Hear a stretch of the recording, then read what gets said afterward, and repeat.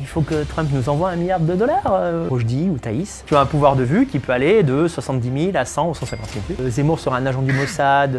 Rougeron arrive à me rendre nostalgique d'Alain Soral. Nous font un rendez-vous identitaire, fun, qui buzz et qui enterre la ligne souverainiste. Dans cette vidéo, Daniel Conversano dénonce les souverainistes et propose un plan radical pour les écraser. Si vous en avez marre que la droite se perde dans des délires mous, complotistes et j'en passe, restez jusqu'au bout. Vous allez comprendre exactement la stratégie et pourquoi elle pourrait tout changer. Là, s'il n'y a aucune issue au souverainisme et aux souverainistes, comment les écraser, Daniel ? Il faut que Trump nous envoie $1 milliard sur mon compte d'abord, après je distribue. Non, moi j'ai une idée depuis Arvos Calvo, depuis plusieurs mois, j'essaye de la faire régulièrement sur Twitter, je la mets à nouveau en avant. Il y a une bataille qui se livre sur Internet, qui est la bataille des vues. Et la bataille des vues, c'est la bataille aussi du temps d'attention, de l'attention et du temps de cerveau. Je crois que pour anéantir le souverainisme idéologique, il faut tout simplement que les identitaires fassent plus de vues que les souverainistes. Voilà. Moi, j'en suis pour l'instant loin, pour être clair. Je fais 5 à 10 fois moins de vues que des gens comme Asselineau. Mais je pense à des personnalités comme Rojdi ou Thaïs, qui ont un pouvoir, on va dire, je vais appeler ça le pouvoir de vue, qui ont un pouvoir de vue qui peut aller de 70 000 à 100 ou 150 000 vues. Et alors, c'est aussi simple que ça. Je sais que souvent, je propose des solutions qui paraissent simples, et qui le sont d'ailleurs, sur le papier. Et les gens se disent, c'est pas possible, c'est trop simple. Moi, je vous dis que si c'est possible. En fait, il faut un podcast qui réunissent les figures identitaires et qui s'assument comme telles, on va dire, les plus bankable. Voilà. Donc, je précise que je ne me mets même pas dans le projet si je suis la personne qui, on va dire, rend le projet impossible pour des raisons d'incompatibilité d'humeur ou autre. Je pense que je serai un atout parce que je suis drôle, etc. Enfin, toutes les qualités que les gens me connaissent.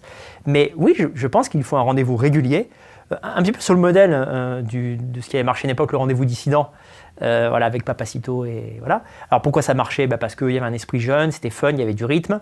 Et puis en l'occurrence, en plus, c'était une ligne qui touchait beaucoup de gens en même temps. C'est-à-dire c'était aussi écouté par des non-blancs, aussi écouté un peu par la gauche dissidente. Voilà, ça sera dur de faire les mêmes scores.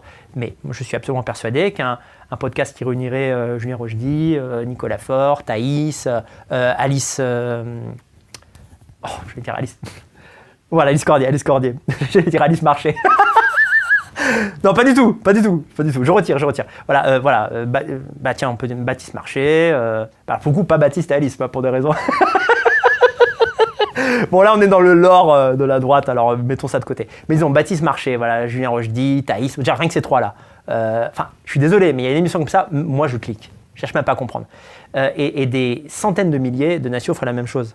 Alors, en quoi consisterait cette émission ? C'est extrêmement simple. Une revue d'actualité avec une coloration identitaire et un bashing des positions souverainistes les plus stupides, très régulier. Parce que tout fonctionne par la répétition. Voilà, répéter encore que oui, la France est toujours souveraine, elle peut prendre ces décisions-là. Ce que dit Asselineau et Philippot dans ces vidéos, c'est faux. Sur tout un tas de sujets, ridiculiser les positions anti-Ukraine primaires. Le pire étant Philippot. Alors Philippot, lui, c'est quasiment un magicien.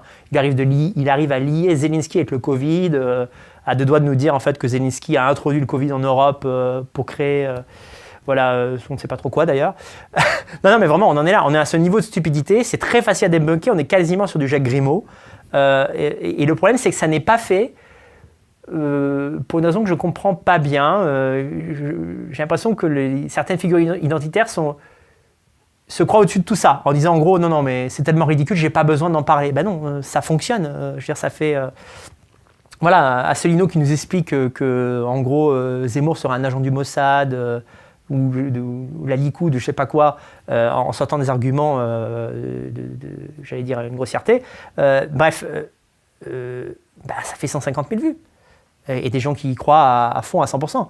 Donc non, ils nous font un rendez-vous identitaire, fun, qui buzz et qui enterre la ligne souverainiste, comme j'ai pu moi-même, pour le coup tout seul comme un grand, éroder les positions anti-sionistes, délirantes et complotistes de Soral il y a 10 ans. Voilà. Et je terminerai d'ailleurs là-dessus. C'est que pour moi, j'ai affronté plusieurs adversaires idéologiques, même ennemis, mais Rougeron arrive à me rendre nostalgique d'Alain Soral. Je suis sérieux. Parce que Soral, il avait au moins du talent. C'est-à-dire qu'il avait de la culture, il était un peu drôle, même parfois très drôle. Rougeron, c'est en gros Soral sans l'antisémitisme et sans une once d'humour. Donc en plus, je veux dire, formellement, là j'ai critiqué le fond, mais au niveau de la forme, en plus il est nul. Donc je ne supporte plus l'idée que ces gens puissent dicter des opinions à droite, alors que ce qu'ils disent est faux et qu'en plus, ils le disent mal, avec aucun talent. Donc je lance l'idée en l'air, je lance la bouteille à la mer. Je suis absolument persuadé qu'une émission, ça s'appellerait le rendez-vous des identitaires, là, c'est un titre provisoire, un titre de projet, on va dire. Tiens, je vais me mettre dedans, pourquoi pas. Rochdy, Thaïs, Baptiste Marchais, moi et d'autres. Après, le reste, c'est du bonus. Je suis persuadé que ça, c'est 200 000 vues, minimum. Voilà, 200 000 vues pendant lesquelles, dans des émissions au cours desquelles on énonce des discours de vérité. Pour moi, c'est important. C'est un projet qui paraît simple, simpliste, mais qui fonctionnerait et qui, j'espère, fonctionnera. Et on pourrait d'ailleurs, c'est vrai que j'ai pas pensé à le nommer, mais on me l'a signalé, voilà. On pourrait d'ailleurs ajouter au projet Melting Pot, qui a eu lui-même cette idée, qu'il a formulée, et qui essaye de réunir un peu toutes les tendances de la droite identitaire sur ses plateaux. Il fait des lives, très souvent, on le salue d'ailleurs, un bon ami. Il serait super, d'ailleurs, dans des émissions comme celle-là, ce serait un peu le grain de folie, il pourrait en être l'animateur. Je crois vraiment que ça nécessite aussi de mettre un peu de côté cette volonté de vouloir absolument maîtriser son image. Voilà, je sais que quand on fait des feats avec, donc pour parler français, quand on fait des... je trouve pas le mot français. Ouais, idiot. Excusez-moi, je suis trop international. Voilà, quand on fait des collaborations avec d'autres, en fait, on mélange notre image évidemment, à l'image des autres. Bien sûr, mais bon, sans risque, voilà, c'est un risque minime aujourd'hui. En fait, on est en 2025, tout le monde sait au fond que je regarde le contenu de Thaïs, que probablement Thaïs regarde un petit peu mon contenu, donc en fait, ou Julien Rochdy, inversement, et malgré les disputes passées qui ont pu être énormes, que grosso modo, je suis plus proche d'un Julien Rochdy que d'un Pierre-Yves Rougeron, c'est le cas de le dire. Donc je trouve dommage que ces collaborations ne soient pas faites parce que les gens en ont besoin. Et puis alors, je termine par un argument aussi important, c'est que plus une ligne est portée par des gens différents, on va dire dans un lieu commun, qui est une émission, plus ça lui donne du poids, aussi simple que ça. Les gens se disent, un tel pense la même chose sur les souverainistes, c'est peut-être vraiment des cons en fait. On en a besoin, il faut imiter les formules qui marchent et faire un show à l'américaine, un truc fun, que les gens ont envie de regarder, une revue d'actu vraiment câblée sur les idées de la droite,